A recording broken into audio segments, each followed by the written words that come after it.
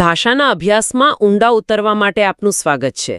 આજે આપણે ગુજરાતી ભાષાની સમજને ઘડનારા કેટલાક મુખ્ય વિદ્વાનો અને એમના જે કાર્યો છે એની એક રસપ્રદ સફર કરવાના છીએ. નમસ્કાર. આપણી આ ચર્ચાનો આધાર છે ગુજરાતી ભાષા વિજ્ઞાનના મહારથીઓ પુસ્તકના કેટલાક અંશો. મતલબ આ પુસ્તક એવા ભાષાશાસ્ત્રીઓ પર કેન્દ્રિત છે જેમણે ગુજરાતી ભાષાના અભ્યાસમાં પાયાનું યોગદાન આપ્યું છે. બરાબર. તો આજની આપણી આ ખોજનો હેતુ શું છે? આપણે આ વિદ્વાનોના મૂળભૂત યોગદાનને સમજવાનો પ્રયાસ કરીશું અને એમના જીવન અને કાર્યની કદાચ કેટલીક ઓછી જાણીતી પણ મહત્વની વિગતો ઉજાગર કરીશું. ચાલો ગુજરાતી ભાષાના અભ્યાસના આ ઇતિહાસમાં ડૂબકી લગાવીએ. ચોક્કસ. અને આ સફર ખરેખર રોમાંચક છે કારણ કે એ આપણને બતાવે છે કે આપણી ભાષાનો વ્યવસ્થિત અભ્યાસ એમ કે કેવી રીતે શરૂ થયો અને કોણે એનો પાયો નાખ્યો. શરૂઆત કરવી હોય તો આપણે છેક 18મી સદીના અંત અને 19મી સદીની શરૂઆતમાં જવું પડે. હા, બરાબર. જ્યાં કેટલાક પ્રારંભિક પ્રયાસો થયા હતા. કોના દ્વારા? જેમ કે ડોક્ટર રોબર્ટ ડ્રમન્ડ. એમનો 1808નું પુસ્તક illustrations of the grammatical parts of Gujarati, Maratha and English languages. નામ થોડું લાંબુ છે પણ એ પહેલું મુદ્રિત ગુજરાતી પુસ્તક ગણાય છે. જો કે એક રસપ્રદ વાત કહું. હા, કહો ને. સૌથી પહેલું ગુજરાતી મુદ્રિત મજકૂર તો આના પહેલા છેક 1797માં પેલું બોમ્બે કુરિયર નામનો અંગ્રેજી અખબાર આવતું હતું ને, એમાં છપાયો હતો. હા, એમાં છપાયો હતો. ડ્રમન્ડનું પુસ્તક તો ત્રિભાષી હતું, ગુજરાતી, મરાઠી અને અંગ્રેજી.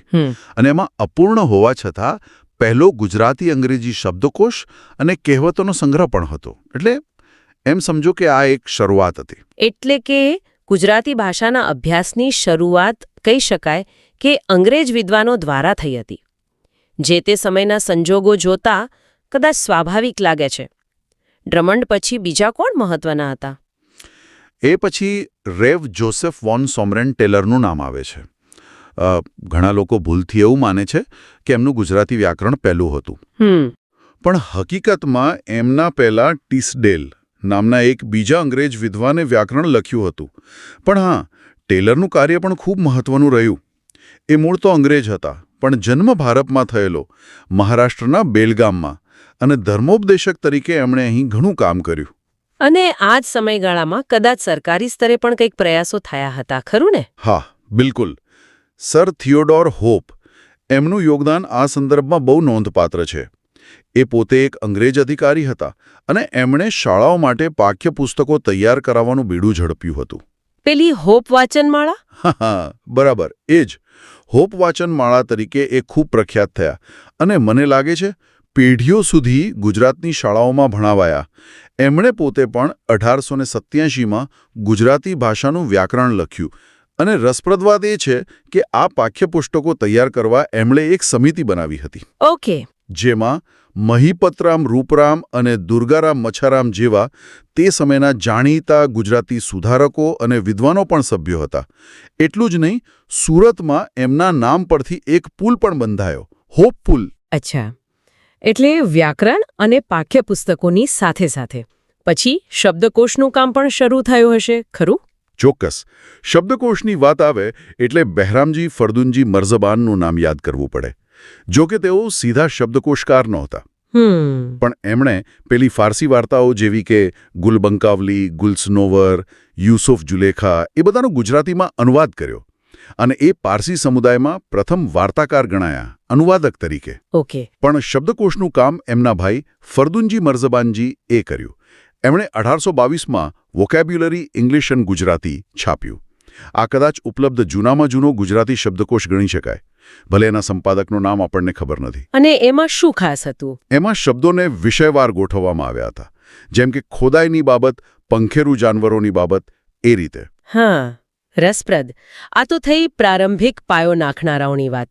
પણ ગુજરાતી ભાષાના અભ્યાસને ભારતીય દૃષ્ટિકોણ અને ઊંડાણ કોણે આપ્યું? હવે ભારતીય વિદ્વાનો તરફ વળીએ, બરાબર? સાચી વાત છે. હવે આપણે એવા વિદ્વાનોની વાત કરીશું જેમણે ખરેખર ગુજરાતી ભાષાના અભ્યાસને એક નવી દિશા આપી. અને આમાં પાયાનું સ્થાન જો કોઈનું હોય તો એ છે વ્રજલાલ કાળીદાસ શાસ્ત્રી 1825 થી 1892. એમનું પ્રાકૃત વ્યાકરણ અને સાહિત્યનું જ્ઞાન અદ્ભુત હતું. એમણે ગુજરાત વર્નેક્યુલર સોસાયટી, જે આજે ગુજરાત વિદ્યાસભા તરીકે ઓળખાય છે, અને ધર્મસભા જેવી સંસ્થાઓ સાથે જોડાઈને કામ કર્યું. બુદ્ધિપ્રકાશ અને ધર્મપ્રકાશ જેવા સામયિકોનું સંપાદન પણ સંભાળ્યું. એમનું સૌથી મહત્વનું કાર્ય કયું ગણાય? એમનું સૌથી મહત્વનું કાર્ય એટલે ગુજરાતી ભાષાનો ઇતિહાસ 1862માં પ્રકાશિત થયું. 1862? હા, અને કદાચ કોઈ ભારતીય વિદ્વાન દ્વારા લખાયેલો આપણી ભાષાનો પહેલો વ્યવસ્થિત ઇતિહાસ ગણી શકાય. આ ઉપરાંત ઉત્સર્ગમાળા 1870 અને ગુજર ભાષા પ્રકાશ 1892 પણ એમના મહત્વના ગ્રંથો છે. વ્રજલાલ શાસ્ત્રી પછી ભાષાના જુદા જુદા પાસાઓ પર કામ કરનારા વિદ્વાનો આવ્યા હશે, જેમ કે કવિતાનું બંધારણ એટલે કે છંદો. એના પર કોણે કામ કર્યું? હા, છંદશાસ્ત્ર એટલે કે પિંગલશાસ્ત્ર. એમાં નર્મદ અને દલપતરામ પછી જો કોઈનું મહત્વનું કામ હોય તો એ રણછોડભાઈ ઉદયરામ દવેનું. એમણે રણપિંગળ નામનો 3 ભાગમાં બહુ જ વિસ્તૃત ગ્રંથ આપ્યો. 1902, 1905, 1907માં. 3 ભાગ? હા, અને આ ગ્રંથ એની વિશાળતા અને પાંડિત્ય માટે બહુ જાણીતો છે.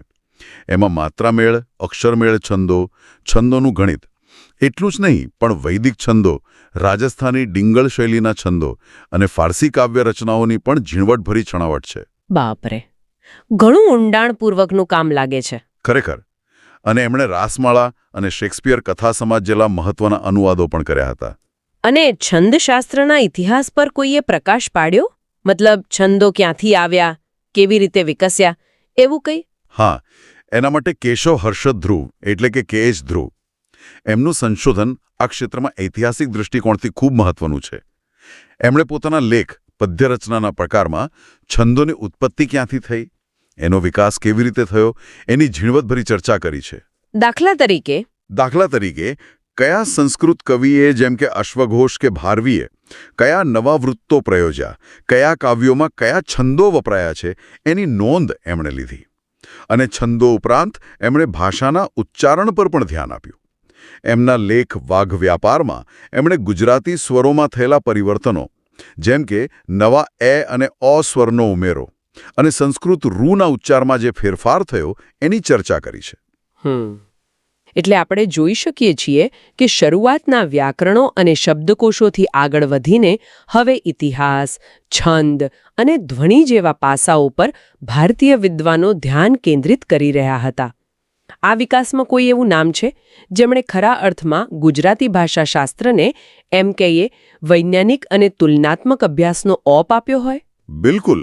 અને એ નામ છે નરસિંહરાવ ભોળાનાથ દિવેટિયા. નરસિંહરાવ દિવેટિયા.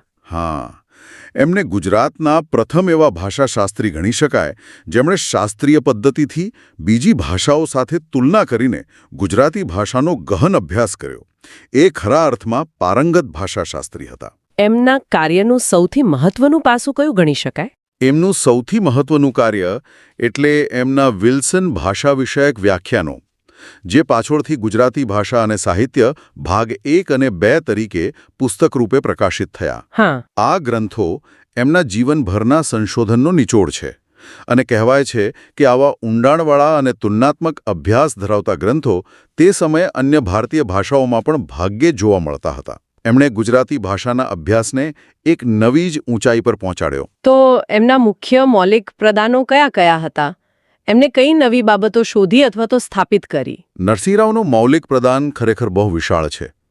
એક તો એમણે પ્રતિસમ પ્રસારણનો સિદ્ધાંત આપ્યો. પ્રતિસમ પ્રસારણ? હા, એ શું છે બરાબર? હા, એટલે કે એ એક જટિલ ધુની પરિવર્તનનો નિયમ છે જે સમજાવે છે કે સંસ્કૃત કે પ્રાકૃતમાંથી ગુજરાતીમાં આવતા કેટલાક શબ્દોમાં સ્વરો કેવી રીતે બદલાયા, ખાસ કરીને ય અને વના લોપ સાથે જોડાયેલા ફેરફારો. એમણે એ પણ દર્શાવ્યું કે આપણા જે વિવૃત એ અને અ સ્વરો છે, જેમ કે પેર અને પોરમાં, એની ઉત્પત્તિ મૂળ ય અને વ ધ્વનિઓમાંથી થઈ છે. પછી એમણે ગુજરાતીમાં બોલાતા 2 પ્રકારના હ ધ્વનિ, એક હળવો લઘુ પ્રયત્ન હ અને બીજો ભારપૂર્વકનો ગુરુ પ્રયત્ન હ, એ 2 વચ્ચેનો ભેદ સ્પષ્ટ કર્યો. અચ્છા. આ ઉપરાંત એમણે અનુસ્વારના 2 પ્રકાર, કોમળ અને તીવ્ર, વચ્ચેનો ભેદ દર્શાવ્યો. ગુજરાતીના વિભક્તિ પ્રત્યયો છે ને, નો, ની, નું, ના, થી, માં હા એના મૂળ છેક પ્રાકૃત અને અપભ્રંશ ભાષાઓમાં શોધ્યા. એમણે ગુજરાતી ભાષાના વિકાસના જુદા જુદા તબક્કાઓ એટલે કે યુગોનું વૈજ્ઞાનિક રીતે સીમાંકન પણ કર્યું. અને પેલો કર્મણી પ્રયોગ છે ને, પેસિવ વોઇસ, હા એના પરનું એમનું સંશોધન પણ ખૂબ ઝીણવટભર્યું અને આધારભૂત ગણાય છે. બાપરે, આટલું બધું વિશાળ અને પાયાનું કામ સમકાલીન વિદ્વાનોએ એમના કાર્યને કેવી રીતે જોયું હશે? એમના સમકાલીન મહાન વિદ્વાન હતા આનંદશંકર ધ્રુવ. એમણે તો નરસિંહરાવની પ્રશંસા કરતા એમને કવિ નર્મદ કરતાં પણ વધુ વિશાળ, પ્રચંડ મનોઘટનાશાલી કહ્યા હતા. વાહ! આ બતાવે છે કે એમનું કાર્ય કેટલું પ્રભાવશાળી હતું. પણ આટલી વિદ્વત્તા હોવા છતાં એમની અંગત અપેક્ષાઓ કેટલી નમ્ર હતી એ એમની પેલી જાણીતી કાવ્યપંક્તિ પરથી સમજાય છે. જો એક અશ્રુ તુજ મેં કદી હોય લુયું, એકાદ અશ્રુતણું દાનજી યાચું તો હું. વાહ, ખૂબ સરસ. નરસિંહરાવનું કાર્ય ખરેખર એક સીમાચિહ્નરૂપ લાગે છે. એમના પછી 20મી સદીમાં ભાષાના અભ્યાસને કોણે આગળ ધપાવ્યો, ખાસ કરીને વ્યાકરણના ક્ષેત્રમાં? 20મી સદીની શરૂઆતમાં વ્યાકરણના ક્ષેત્રે કમળાશંકર પ્રાણશંકર ત્રિવેદીનું નામ ખૂબ મહત્વનું છે. એમનું ગુજરાતી ભાષાનું બૃહદ વ્યાકરણ, જે 1919માં આવ્યું, બૃહદ વ્યાકરણ, હા, એ એક આધાર ગ્રંથ બની ગયું. આ વ્યાકરણ સંસ્કૃત અને અંગ્રેજી વ્યાકરણ પરંપરાઓથી પ્રભાવિત હતું, પણ એ એટલું વિસ્તૃત અને વ્યવસ્થિત હતું કે લગભગ અડધી સદી સુધી ગુજરાતી વ્યાકરણના ક્ષેત્રમાં એનો જોટો નહોતો. એમાં લગભગ બધા જ મુદ્દાઓ પદ, વાક્ય, નામ, લિંગ, વચન, વિભક્તિ, કારક, સર્વનામ, વિશેષણ, ક્રિયાપદ, કૃદંત, કાળ, પ્રયોગ, ઉપસર્ગ, અવ્યય, સમાસ, સંધિ, તદ્ધિતકૃત પ્રત્યયો, દ્વિરુક્ત શબ્દો, વાક્યવિન્યાસ, વાક્ય પૃથક્કરણ, બધું જ. એટલે એ સમય માટે તો ખૂબ જ ઉપયોગી રહ્યું હશે. કમળાશંકર ત્રિવેદી પછી વ્યાકરણ અને ભાષા વિજ્ઞાન બંનેમાં યોગદાન આપનાર કોઈ વિદ્વાન? હા, કાંતિલાલ બ. વ્યાસ, જેઓ કેબી વ્યાસ તરીકે વધુ જાણીતા છે. કેબી વ્યાસ, હા. એક બહુમુખી પ્રતિભા હતા. સંશોધક, સંપાદક, વિવેચક અને ભાષા વિજ્ઞાની પણ. એમણે ગુજરાતી ભાષાનું વ્યાકરણ અને શુદ્ધ લેખન 1939 લખ્યું, પણ એમનું મુખ્ય પ્રદાન ભાષા વિજ્ઞાનના ક્ષેત્રમાં રહ્યું. એમણે ભાષા વિજ્ઞાન નામે અલગ અલગ ખંડોમાં પુસ્તકો પ્રકાશિત કર્યા અને ગુજરાતી ભાષા ઉદ્ગમ, વિકાસ અને સ્વરૂપ 1965 જેવો મહત્વનો ગ્રંથ પણ આપ્યો. અને સંપાદન કાર્ય પણ કર્યું એમણે. હા, એમણે વસંત વિલાસ અને કાન્હડદે પ્રબંધ જેવા મધ્યકાલીન ગ્રંથોનું સંપાદન પણ કર્યું. એમનું ભાષા વિજ્ઞાન પરનું સમગ્ર કાર્ય લગભગ 900થી વધુ પાનાઓમાં ફેલાયેલું છે અને એ એની વૈજ્ઞાનિક ચોકસાઈ અને અસંખ્ય ઉદાહરણો માટે જાણીતું છે. અને આ જ સમયગાળામાં ભાષાના ઐતિહાસિક વિકાસ પર ધ્યાન કેન્દ્રિત કરનારા વિદ્વાનો પણ હશે. હરિવલ્લભ ભાયાણીનું નામ આ સંદર્ભમાં ખૂબ આદરપૂર્વક લેવાય છે. ચોક્કસ. હરિવલ્લભ ભાયાણી મધ્યકાલીન ગુજરાતી સાહિત્ય, કંઠસ્થ પરંપરા અને ભાષાશાસ્ત્રના બહુ ઊંડા અભ્યાસી હતા. એમનું મુખ્ય લક્ષ્ય એ સમજાવવાનું હતું કે સંસ્કૃતમાંથી પ્રાકૃત, પછી અપભ્રંશ અને મધ્યકાલીન ગુજરાતીમાંથી પસાર થઈને આધુનિક ગુજરાતી ભાષાનું વ્યાકરણિક સ્વરૂપ કેવી રીતે ઘડાયું. આખી ઉત્ક્રાંતિ સમજાવી એમણે. હા, બરાબર.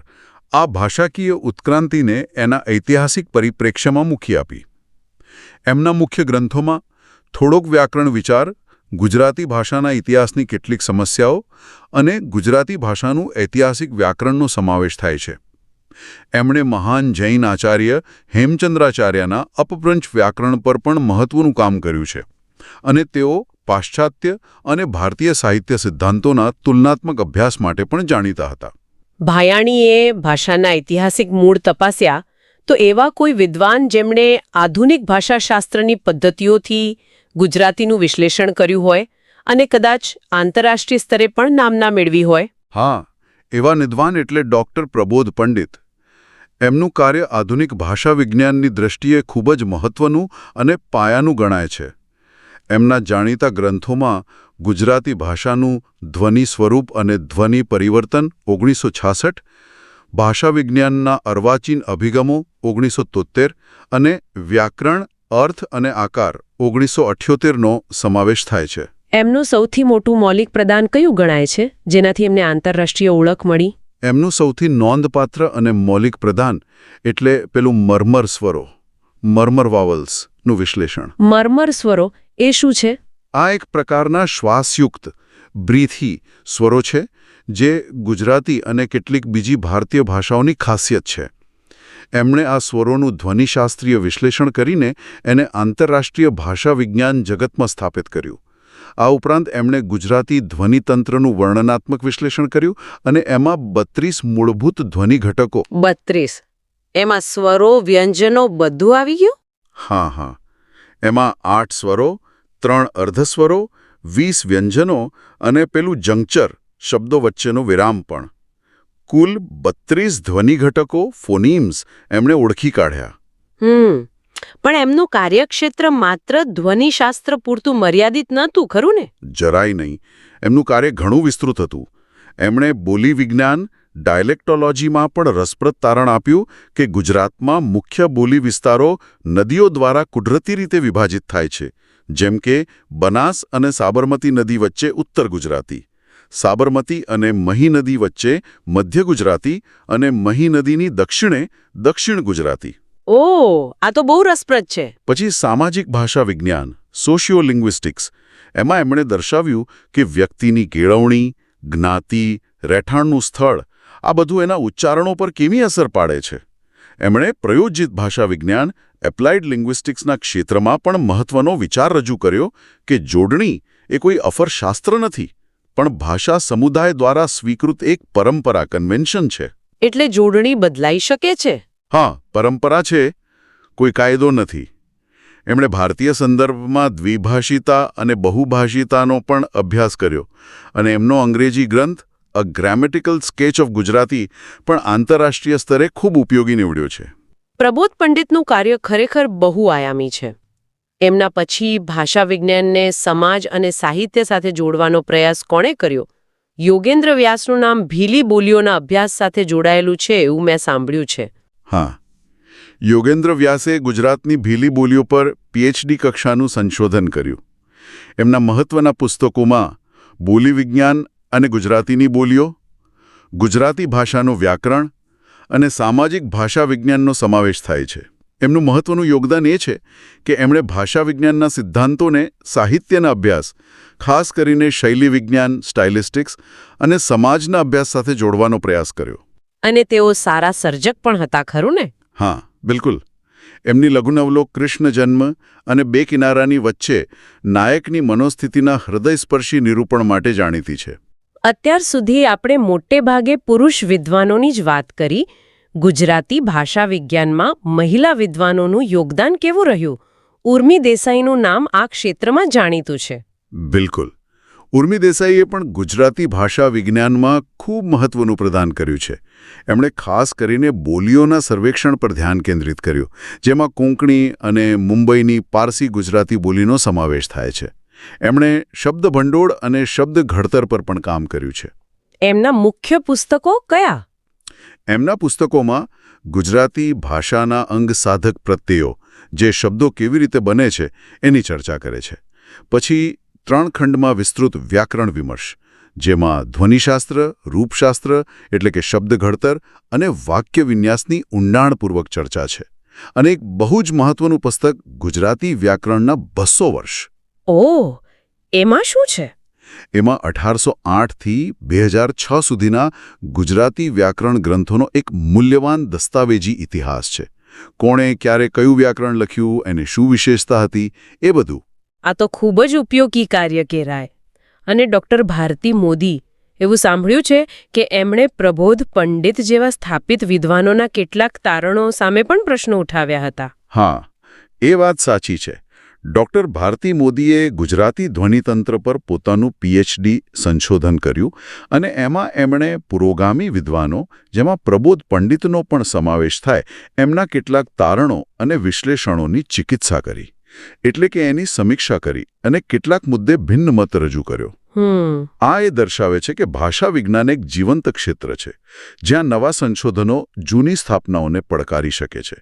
ડોક્ટર મોદીએ લુપ્ત થતી પારસી ગુજરાતી બોલી પર પણ સંશોધન કરીને પુસ્તક લખ્યું છે, Parsi Gujarati vanishing dialect vanishing culture. અને બીજું કંઈ? હા, એમણે ભાષા વિજ્ઞાનના જગતમાં ક્રાંતિ લાવનાર નોમ ચોમ્સ્કીના વિચારોનો ગુજરાતીમાં પહેલીવાર વિસ્તૃત પરિચય કરાવતું બહુ મહત્વનું પુસ્તક લખ્યું, પશ્ચિમમાં વ્યાકરણ મીમાંસા ચોમ્સ્કિયન યુગ. એમણે હરિવલ્લભ ભયાણીના માર્ગદર્શન હેઠળ ભાષાકીય સંરચનાવાદ પર પણ મહત્વનો લેખ તૈયાર કર્યો હતો. અને આ પરંપરાને આગળ ધપાવનાર તાજેતરના વિદ્વાનોમાં કોઈ નોંધપાત્ર નામ? તાજેતરના સમયમાં ડૉક્ટર પિંકી પંડ્યાનું નામ ઉલ્લેખનીય છે. તેઓ ભાષા વિજ્ઞાનમાં સુવર્ણચંદ્રક વિજેતા છે અને સક્રિય રીતે સંશોધન અને અધ્યાપન કાર્ય કરી રહ્યા છે. એમના પ્રકાશનોમાં ગુજરાતી ધ્વનિ વ્યવસ્થાની વિચારણા અને ગુજરાતીમાં સહાયકારી ધાતુઓ મુખ્ય છે. એમણે કોષરચના અને વ્યાકરણ પર પણ સહલેખન કર્યું છે અને ગુજરાતી વિશ્વકોશ જેવા પ્રતિષ્ઠિત પ્રકલ્પમાં પણ દ્રાવિડી કુળની ભાષાઓ, ધ્વનિશાસ્ત્ર અને થિસોરસ જેવા વિષયો પર અધિકરણો લખીને યોગદાન આપ્યું છે. બરાબર. આ તો થઈ મુખ્યત્વે ભાષાશાસ્ત્રીઓની વાત. પણ આપણે જાણીએ છીએ કે ભાષા અને સાહિત્યનો અભ્યાસ ઘણીવાર સાથે ચાલે છે. શું એવા અન્ય વિદ્વાનો નથી જેમણે ભાષાના અભ્યાસમાં કદાચ પરોક્ષ રીતે પણ મહત્વનું યોગદાન આપ્યું હોય? ચોક્કસ છે. ઘણા એવા વિદ્વાનો છે જેમનું કાર્ય સીધું ભાષા વિજ્ઞાનનું ન હોવા છતાં ભાષાની સમજ માટે ખૂબ ઉપયોગી રહ્યું છે. દાખલા તરીકે અર્દેશર ફરામજી ખબરદાર, અદલ. કવિ અદલ. હા, અગ્રણી પારસી કવિ. એમણે ગુજરાતી છંદો અને કાવ્ય પ્રકારોમાં નવા પ્રયોગો કરીને ભાષાની અભિવ્યક્તિ ક્ષમતાને વિસ્તારી. પછી આનંદશંકર ધ્રુવ, મહાન ચિંતક, અને વસંત તથા સુદર્શન જેવા સામયિકોના સંપાદક. એમની સ્પષ્ટ અને પ્રાસાદિક ગદ્યશૈલીએ ગુજરાતી વિચાર ગદ્યને સમૃદ્ધ કર્યું. હા, એમનું ગદ્ય તો ખૂબ વખણાય છે. પછી ભોગીલાલ સાંડેસરા, સંશોધન, સંપાદન અને ખાસ કરીને વ્યુત્પત્તિશાસ્ત્ર, ઇટિમોલોજી એટલે કે શબ્દોના મૂળનો અભ્યાસ, એમાં એમના પુસ્તક વ્યુત્પત્તિ વિચાર માટે જાણીતા છે. મધુસૂદન મોદી સંસ્કૃત, પ્રાકૃત, અપભ્રંશના વિદ્વાન હતા અને એમણે હરિવલ્લભ ભયાણી સાથે મળીને અપભ્રંશ ગ્રંથોનું સંપાદન કર્યું, જે ભાષાના ઇતિહાસ માટે મહત્વનું છે. અને મધ્યકાલીન સાહિત્યના અભ્યાસ દ્વારા પણ ભાષાના ઇતિહાસ પર પ્રકાશ પડે છે, ખરું ને? બિલકુલ. વાડીલાલ જીવાભાઈ ચોકસી અને રમણલાલ ચિમનલાલ શાહ જેવા વિદ્વાનોએ મધ્યકાલીન જૈન સાહિત્ય, ખાસ કરીને ફાગુ અને રાસ જેવા કાવ્ય સ્વરૂપોનો ઊંડો અભ્યાસ કર્યો. દલસુખભાઈ માલવણીયા જૈન દર્શનના પ્રખર વિદ્વાન હતા. ભૂપેન્દ્ર બાલકૃષ્ણ ત્રિવેદી એક કવિ અખ્ખા પર ખૂબ વિસ્તૃત સંશોધન અને સંપાદન કાર્ય કર્યું છે. આ બધા અભ્યાસો તે સમયની ભાષા અને તેના પ્રયોગોને સમજવામાં મદદ કરે છે. ચિમનલાલ ત્રિવેદીએ પિંગલ દર્શન દ્વારા છંદશાસ્ત્રનો અભ્યાસ આગળ વધાર્યો. અહીં એક સ્પષ્ટતા કરવી મને જરૂરી લાગે છે.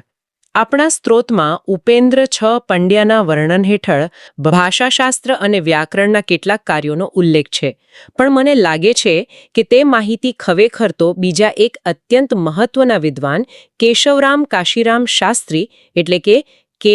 શાસ્ત્રીના કાર્ય વિશે છે. શું આ સાચું છે? હા, આ મુદ્દો સ્પષ્ટ કરવો ખૂબ જ જરૂરી છે. તમે સાચા છો. કેકા શાસ્ત્રીનું ગુજરાતી ભાષા અને વ્યાકરણના અભ્યાસમાં ખૂબ મોટું અને પાયાનું પ્રદાન છે. એમણે ઐતિહાસિક વ્યાકરણ, જૂની ગુજરાતી, ધ્વનિશાસ્ત્ર, પિંગળશાસ્ત્ર, શબ્દકોશ અને ફાગુ કાવ્ય સ્વરૂપ પર અત્યંત મહત્વનું સંશોધન અને લેખન કાર્ય કર્યું છે. ઉપેન્દ્ર પંડ્યા પણ એક સારા વિવેચક, સંપાદક અને અનુવાદક હતા. ગુજરાતની કીર્તિગાથા એમનું જાણીતું પુસ્તક છે. પણ ભાષાના ઐતિહાસિક અને વ્યાકરણિક અભ્યાસમાં કેકાશાસ્ત્રીનું કાર્ય ખૂબ જ વિસ્તૃત અને આધારભૂત ગણાય છે. એટલે સ્ત્રોતમાં કદાચ એ ભેળસેળ થઈ ગઈ છે, એની સ્પષ્ટતા અહીં કરવી યોગ્ય છે. આભાર આ સ્પષ્ટતા માટે. તો આપણે જોયું કે કેવી રીતે 18મી સદીના અંતથી શરૂ કરીને આજ સુધી વિદેશી અને ભારતીય પુરુષ અને મહિલા વિદ્વાનોના સહિયારા પ્રયાસોથી ગુજરાતી ભાષાનો અભ્યાસ સમૃદ્ધ થતો રહ્યો છે. શરૂઆતના વ્યાકરણ અને કોશ રચનાના પ્રયાસોથી માંડીને નરસિંહ રાવ દ્વારા વૈજ્ઞાનિક તુલનાત્મક અભ્યાસનો પાયો નંખાયો અને પછી ભયાણી, પંડિત મોદી જેવા વિદ્વાનોએ આધુનિક ભાષા વિજ્ઞાનના સિદ્ધાંતો અને પદ્ધતિઓથી તેને વધુ ઊંડાણ અને વિસ્તાર આપ્યો. આ સફર અહીં પૂરી નથી થતી, પણ આ ચર્ચાએ આપણને મુખ્ય પડાવોની ઝલક ચોક્કસ આપી છે. બિલકુલ. અને આ બધા વિદ્વાનોનું કાર્ય આપણને શું બતાવે છે? એ બતાવે છે કે ભાષા કોઈ સ્થિર વસ્તુ નથી, પણ એક જીવંત પ્રવાહ છે જે સતત બદલાતો રહે છે. નરસિંહ રાવે સદીઓ પહેલા થયેલા ધ્વનિ ફેરફારો, પેલું પ્રતિસંપ્રસારણ, એ પકડ્યા. પ્રબોધ પંડિતે આજે પણ અસ્તિત્વ ધરાવતા સૂક્ષ્મ ધ્વનિ ભેદો, મર્મર સ્વરોનું વિશ્લેષણ કર્યું. ભયાણીએ આખા વિકાસક્રમને ઐતિહાસિક સંદર્ભમાં મૂક્યો. આ બધું જ ભાષાની ગતિશીલતા અને એની પરિવર્તનશીલતાનો પુરાવો છે. બરાબર. આ જ વિચાર આપણને આજના સમય વિશે વિચારવા પ્રેરે છે, ખરું ને? આજે આપણે ડિજિટલ યુગમાં જીવી રહ્યા છીએ. ઇન્ટરનેટ, સોશિયલ મીડિયા, વૈશ્વિક સંપર્કો, અંગ્રેજીનો વધતો પ્રભાવ, શહેરીકરણ, સ્થળાંતર, આ બધા પરિબળો આપણી ગુજરાતી ભાષા પર કેવી અસર કરી રહ્યા છે? હા, સાચી વાત છે. કયા નવા શબ્દો ઉમેરાઈ રહ્યા છે? કયા જૂના શબ્દો ભૂલાઈ રહ્યા છે? ઉચ્ચારણમાં કેવા સૂક્ષ્મ ફેરફારો આવી રહ્યા છે? વાક્યરચના કેવી રીતે બદલાઈ રહી છે? આજના આ ફેરફારોનું દસ્તાવેજીકરણ કોણ કરશે? કદાચ ભવિષ્યના ભાષાશાસ્ત્રીઓ આપણા આજના વોટ્સએપ મેસેજ, ફેસબુક પોસ્ટ્સ અને યુટ્યુબ કોમેન્ટ્સનો અભ્યાસ કરીને આપણા યુગની ભાષાનું વિશ્લેષણ કરશે. હા, બની શકે. આ વિચાર આપણને આપણી આસપાસ બોલાતી, લખાતી, જીવાતી ભાષા પ્રત્યે વધુ સજાગ બનાવે છે, નહીં? ખરેખર ખૂબ જ રસપ્રદ અને વિચારવા જેવો મુદ્દો છે. આપણી ભાષા એ આપણા સમયનું, આપણા સમાજનું જીવંત પ્રતિબિંબ છે, અને તેના પરિવર્તનોનો અભ્યાસ એ આપણી પોતાની ઓળખનો જ અભ્યાસ છે. આ ઊંડાણપૂર્વકની સફરમાં અમારી સાથે જોડાવા બદલ આભાર. ફરી મળીશું આવી જ કોઈ નવી જાણકારી અને વિચાર સાથે. આભાર.